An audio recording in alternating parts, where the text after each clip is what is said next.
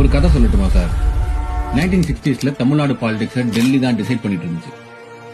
அப்போ ஒரு gang politics entry கொடுத்தாங்க. காஸ்ட், ரிலிஜியன், அப்ரஷன் எல்லாத்தையும் பிரேக் பண்ணிட்டு தமிழ்நாட்டு உரிமைக்காக பேசுற வெயிட்டான கேங். கேங்னு இருந்தா கேங் லீடர் இருக்கணும்ல.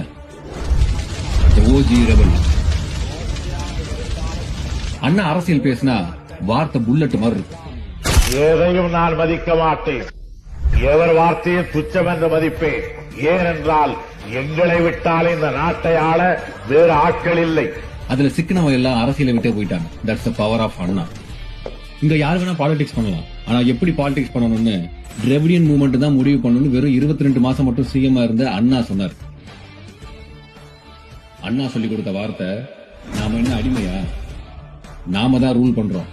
அந்த லெகசி எப்பவும் ஸ்டாப் ஆகுது சார். தமிழ்நாட்டில் எத்தனை பொலிட்டீஷியன்ஸ் இருந்தாலும் அவங்க எல்லாருக்கும் கேங் லீடர் அண்ணா தான்டா.